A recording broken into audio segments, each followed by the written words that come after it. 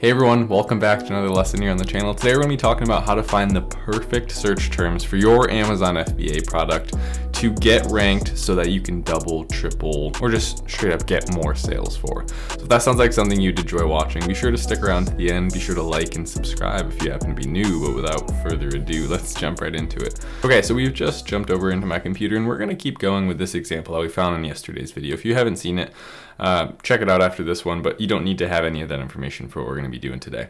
So let's say that you already have a product on Amazon, or maybe you're just watching this to kind of project into the future and see how you'd be able to get more sales for your first product, your second product on Amazon. We're going to use this example here, okay? This half moon planter, this wall mounted planter, and we found a couple other competitors that sell something similar, right? So we have this competitor here doing the kind of 3-tiered version that hangs down. Then I actually saw this black one here as well. So how would we figure out the exact search terms to rank for this product? Well, first I wanted to kind of mention that Amazon sellers have this habit of really focusing only on like their main search term, and they think that's where all their sales are going to come from.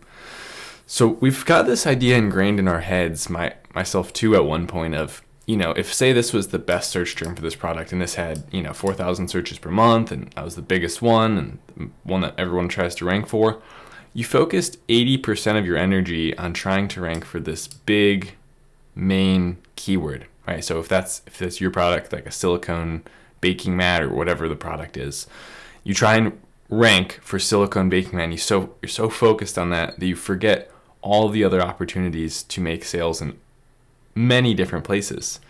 So what we're going to do today is we're going to try and sway you away from being so focused on that main keyword and show you that, hey, there's probably 15 to 100 other keywords that you should try and be ranking for. So here we go. We're going to take our competitors' ASINs and we're going to actually take 3 of them. So we're going to copy that. We're going to come to a tool called Cerebro by Helium 10. We're going to put that ASIN right into this tool here. We'll go grab our other one. This is the next one I wanted to do. Come up here, we'll paste that. And then we'll grab one more here. Just this newer black one here. Okay, awesome. So now that we have all those ASINs pasted in Cerebro by Helium 10, this tool is a reverse ASIN lookup. So it's going to tell us exactly what those products that we've pasted in here are ranking for. So the benefit to doing that is that we're going to get to see all of our competitors' combined phrases that they rank for organically and with sponsored ads. And we're going to be able to sort this in a very unique way to show us, well, which ones are actually important, because we're probably going to get thousands of phrases kicked back at us. And let's actually see, it's loading here.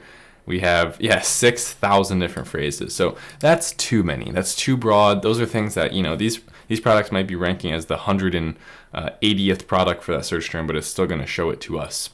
But what we're going to come in here and do is we're going to go position rank. We want to see a minimum of maybe like 1 to 10. And maybe we'll go 1 to 25. So instantly, we're just going to go match type, organic, position rank 1 through 25. I only want to see keywords or these competitors are ranking position 1 through 25 for. I also maybe don't want to see keywords that have less than 200 searches per month or 150 searches per month. They might just not be able to get enough impressions for that. And then the max, maybe we'll say 10,000 or something. Let's go ahead and hit apply.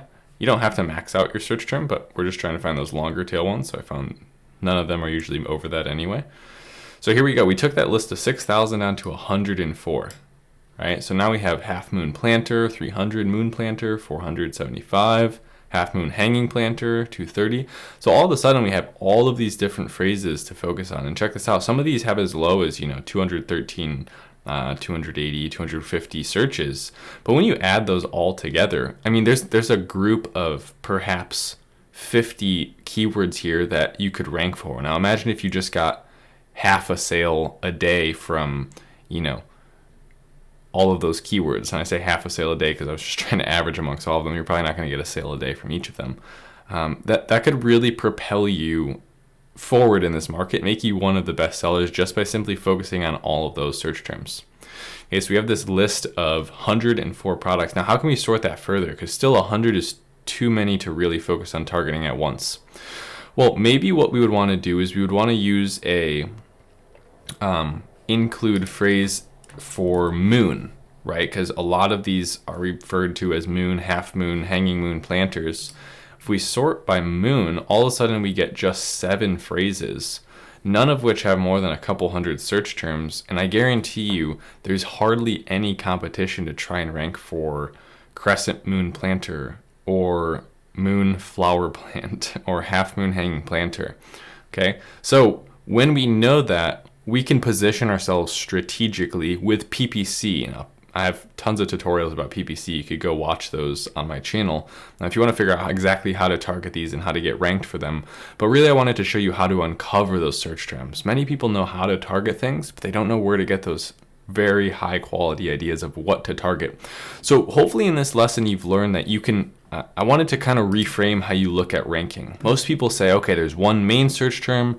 I just have to get a ton of sales for under that search term, and that's going to, propel me forward on that big search term, and I'll get all my sales there.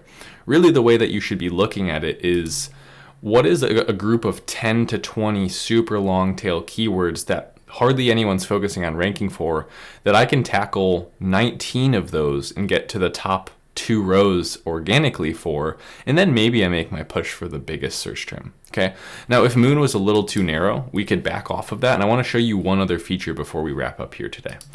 So go ahead and hit apply. We'll go down to 100. We're actually going to get rid of our position rank filter, and then we're going to come over here and we're going to do an advanced rank filter. So check this out. We're going to say A stands for ASIN, R stands for rank. I want a minimum of 2 out of 3 ASINs above to have a minimum rank of 1 and a maximum rank of 15 on page 1. So this means that not only are there one of these ASINs ranking for the search term, it means there's 2. So if there's 2, we now have a commonality amongst this keyword that both of these ASINs get sales and are ranked for organically this search term. So if we go ahead and hit apply, look what happens. We now have 11 search terms, right? So a little bit more. We have 11. That means that 2 of the ASINs above, 2 out of 3, are ranked in positions 1 through 15. Moon planter, half moon planter, crescent moon planter, half round wall planter, mounted planter. You see how accurate these are? These are really, really good long tail keywords. They describe exactly what this product is with just different words. So what I would challenge you to do is go do this on your product or your new potential product and try and come up with a list of 10 to 20 keywords using either the position rank filter and a show phrases that contain filter, or an advanced rank filter with some of your competitors' ASINs, to try and see a group of keywords that you should really be positioning for. So we're trying to get your eyes off of just one target and look at it as, hey, this is a long-term play where I need to strategically position myself for all of these things to maximize my sales. So that's going to do it for today's video. Thanks so much for tuning in. I hope you got some value out of it. Be sure to leave a thumbs up if you enjoyed it and a thumbs down if you didn't. But other than that, I'll see you here on the channel tomorrow for another video. Thanks so much. Later.